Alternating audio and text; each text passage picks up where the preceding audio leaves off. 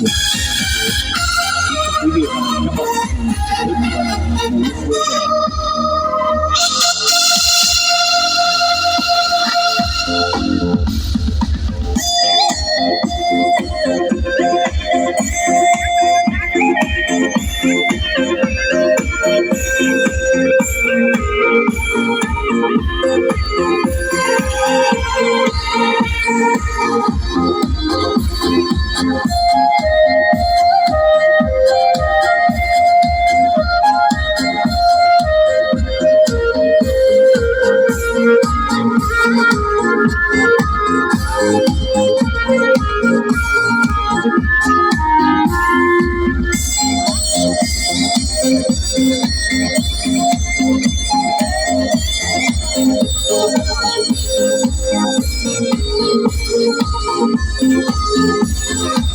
Một lần nữa xin trân trọng nhắc quý du khách ạ, chúng ta quản lý các em nhỏ, không cho các em nhỏ lên trên vực sân khấu. Một lần nữa xin chào kính mời quý vị ạ, chúng ta quản lý các em nhỏ và không cho các em nhỏ lên trên vực sân khấu.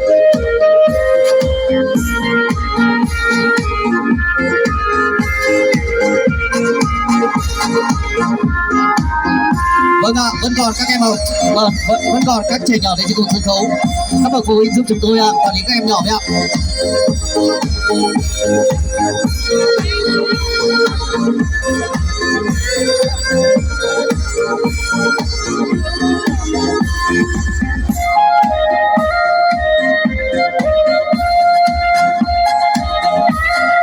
Dạ vẫn còn em nhỏ trên một sân khấu ạ, xin mời ạ phụ huynh ạ.